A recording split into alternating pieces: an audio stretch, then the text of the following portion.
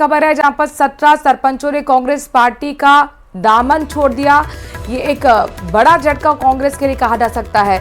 Jaipur BJP प्रदेश कार्यालय पर 17 सरपंचों ने बीजेपी को ज्वाइन किया है।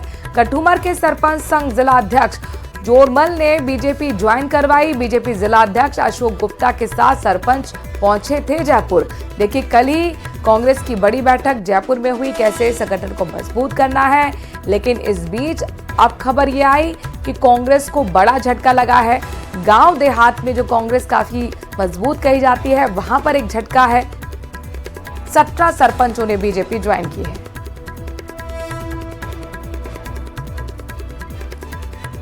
और झुंझुनू की खेतड़ी से बड़ी खबर है जहां पर कांग्रेस की बैठक में हंगामा हो गया है। कार्यकर्ताओं ने मंच पर चढ़कर जोरदार हंगामा किया। कार्यकर्ताओं ने संचालक से माइक तक छीन लिया। स्वागत समारोह शुरू होते ही कार्यकर्ता विरोध जताने लगे। विधानसभा चुनाव में खिलाफत करने वालों को तवज्जो देने का आरोप लगाया गया। पूर्व मंत्री जितेंद्र सिंह और विधानसभा प्रत्याशी प्रधान मनीष गुर्जर के कार्यकर्ता आमने सामने आ गए। जिलाध्यक्ष दिनेश सुंडा और विधानसभा प्रभारी विक्रम जाखड़ भी मंच पर मौजूद थे।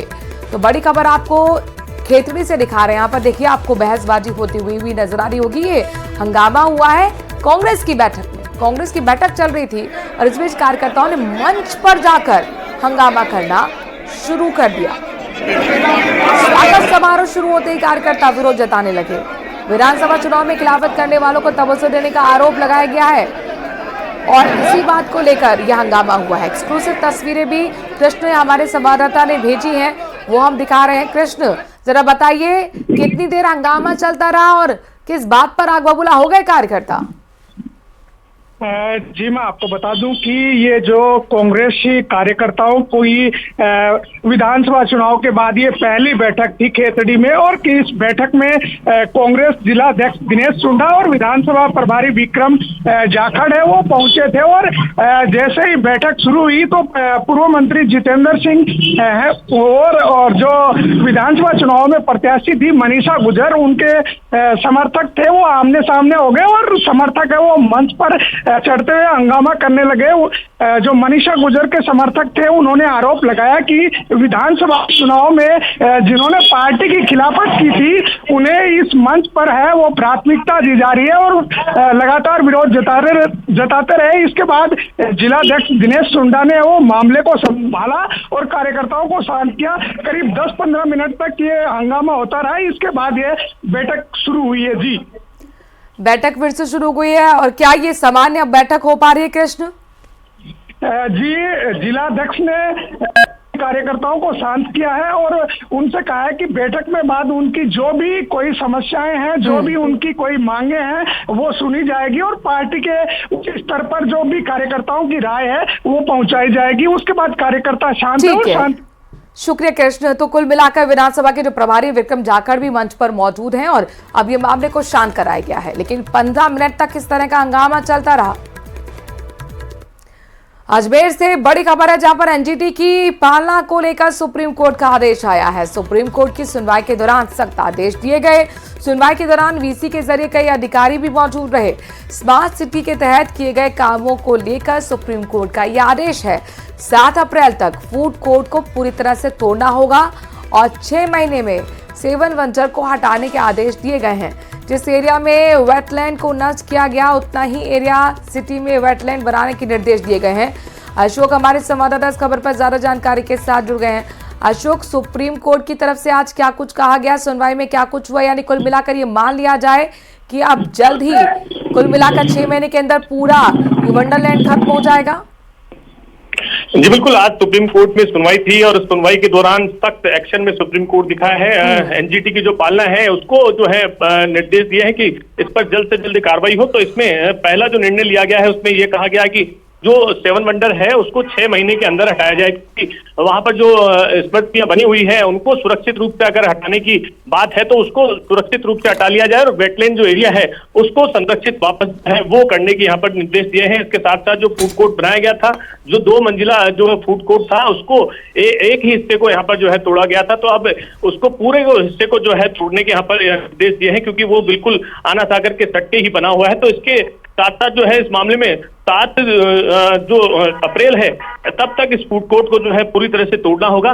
तो इस तरह के जो निर्णय हैं वो दिए गए हैं। साथ ही वेटलैंड एरिया जो नष्ट किया गया है, जो एनजीटी ने जो गाइडलाइन बनाई थी, उसके अलावा जो निर्माण इन्होंने किए थे, उस निर्माण के बजाय जो वेटलैंड एरिया है वो सिटी में नया तैयार करने की, उतना का उतना ही नया तैयार करने के निर्देश दिया है। इसके अलावा जो गांधी स्मृति उद्यान है, पाथवे है और आजाद पार्क में परिसर में जो बिल्डिंग बनी हुई है, उनको लेकर जो है 7 अप्रैल को इस मामले में अगली सुनवाई है। तो आज जो निर्णय है जो है इसमें किया गया है, लंबे समय से जो है इसमें कार्रवाई जो है की जा रही थी, तो आज जो है न्यायालय ने एक बड़ा जो फैसला है वो इसमें सख्त एक्शन के साथ दिया है। तो इस मामले में जो है अब देखना होगा कितने जल्दी जो है प्रशासनिक रूप से ये कार्रवाई होती है, क्योंकि आज इस मीटिंग में कलेक्टर के साथ साथ एडीए आयुक्त और निगम के जो प्रशासनिक अधिकारी और स्मार्ट सिटी के जो सीईओ थे वो तत्कालीन, उन सभी को जो है निर्देश यहाँ पर जो है दिए गए। तो जल्द से जल्द कार्रवाई हो, क्योंकि ये पूरा मामला जो है वेटलैंड एरिया से जुड़ा हुआ है, ग्रीनलैंड एरिया से जुड़ा हुआ है। तो इस मामले में जो सुप्रीम कोर्ट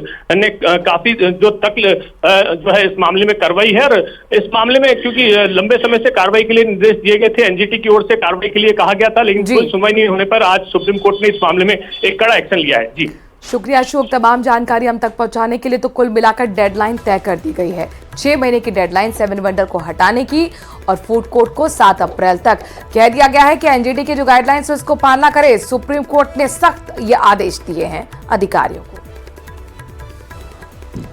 श्रीगंगानगर से बड़ी खबर है, जहां पर पाकिस्तानी महिला घुसपैठ केस में बड़ा अपडेट सामने आया है। बलूचिस्तान प्रांत की रहने वाली है हमारा उर्फ हमारा बीएसएफ की शुरुआती पूछताछ में महिला ने घरेलू हिंसा की बात कही। पति की प्रताड़ना से बचने के लिए भारत आने की उसने बात कही है। बीएसएफ के साथ ही सुरक्षा एजेंसियों के द्वारा पाकिस्तानी महिला हमारा उर्फ हमारा से पूछताछ जारी है। एक महिला जो कि पाकिस्तान की रहने वाली है, वो अचानक बॉर्डर क्रॉस करके भारत में चली आई थी, और इस घुसपैठ को लेकर बड़ा अपडेट ये सामने आया है कि बलूचिस्तान प्रांत की रहने वाली है अमारा, जिसका नाम हमारा भी है। बीएसएफ की शुरुआती पूछताछ में महिला ने घरेलू हिंसा की बात कही, और उसने कहा कि पति की प्रताड़ना से बचने के लिए वो भारत के अंदर आ गई थी, बॉर्डर क्रॉस कर लिया था। हालांकि सुरक्षा एजेंसियों द्वारा पाकिस्तानी महिला हमारा से पूछताछ जारी है। हर एंगल के तहत बीएसएफ हो या फिर सुरक्षा एजेंसियां कड़ाई से उससे पूछताछ कर रही हैं। अशोक हमारे संवाददाता इस खबर पर ज्यादा जानकारी के साथ जुड़ गए हैं। अशोक, हालांकि जिस तरह से ये महिला आई है, अपनी जो दलील वो रख रही है, क्या सुरक्षा एजेंसी उस पर भरोसा कर पा रही है या फिर अभी भी पूछताछ जारी रहेगी? देखिए, सुरक्षा एजेंसियों के द्वारा इस दलील पर बिल्कुल भी भरोसा नहीं किया जा रहा है मनु, और यही वजह है कि न केवल बीएसएफ बल्कि अन्य सुरक्षा एजेंसियां, चाहे वो सीआईडी हो, आईबी हो या अदर सेंट्रल इन्वेस्टिगेशन एजेंसी के जो एजेंट है, वो मौके पर पहुंचे हुए हैं, और इस पाकिस्तानी महिला जिसका नाम हमारा उर्फ हमारा बताया गया है, उससे पूछताछ की जा रही है। हालांकि इसकी दलील यही है कि अपने पति से और अपने ससुराल वालों से काफी ज्यादा परेशान थी, और संभवतः उन्हीं की प्रताड़ना से बचने के लिए इसने भारत की ओर रुख किया।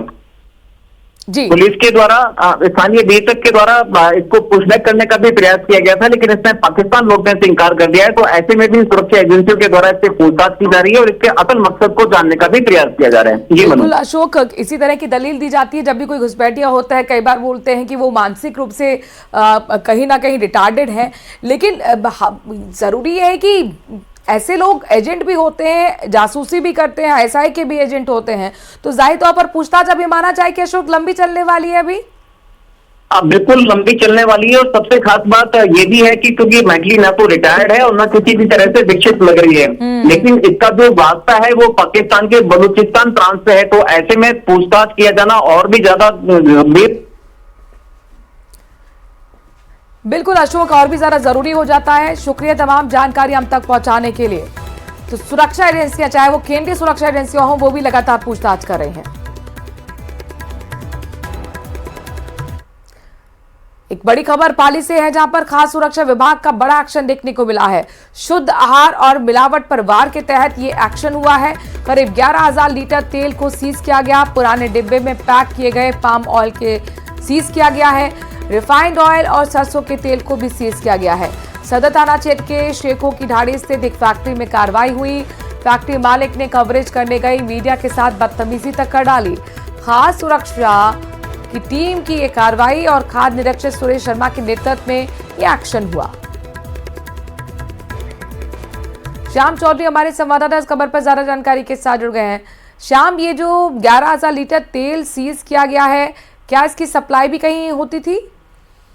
जी बिल्कुल, लगातार पाली साइड में एक नकली तेल के मिलने का संदेश मिला जा रहा है, जिसको लेकर आज एक बड़ी कार पर दबी थी, जहां पर करीब 11,000 लीटर तेल को सीज किया, जो नकली तेल होने का संदेश जताया जा रहा है, जिसको लेकर भी खाद्य सुरक्षा विभाग की ओर से सैंपल लिए गए हैं। बताया जा रहा है कि इस सैंपल के बाद ये पता चल पाएगा कि ये वाकई में तेल नकली था या मिलावटी था, या इसमें किस प्रकार के जो शामिल थे तत्व। ये सुरेश, जो खाद्य निरीक्षक है सुरेश शर्मा ने बताया है कि इस फैक्ट्री के अंदर 300 डिब्बे पॉम ऑयल, 126 डिब्बे सरसों का तेल, 255 डिब्बे सोयाबीन के तेल के पाए गए हैं, जिनमें करीब 11,000 लीटर ये तेल भरा हुआ था, जिनके सभी के अलग अलग तरह से सैंपल लिए गए हैं और इनके सैंपल को जांच के लिए लैब में भेजाया गया है, जिसकी जांच रिपोर्ट आने के बाद इसका इसको पता चल पाएगा। फिलहाल इससे पूरे जो तेल को सीज करके इसको सीज किया गया, ताकि ये आगे जब तक जांच रिपोर्ट नहीं आए तब तक आगे नहीं दे सके थी। शुक्रिया तमाम जानकारी शाम हम तक पहुंचाने के लिए।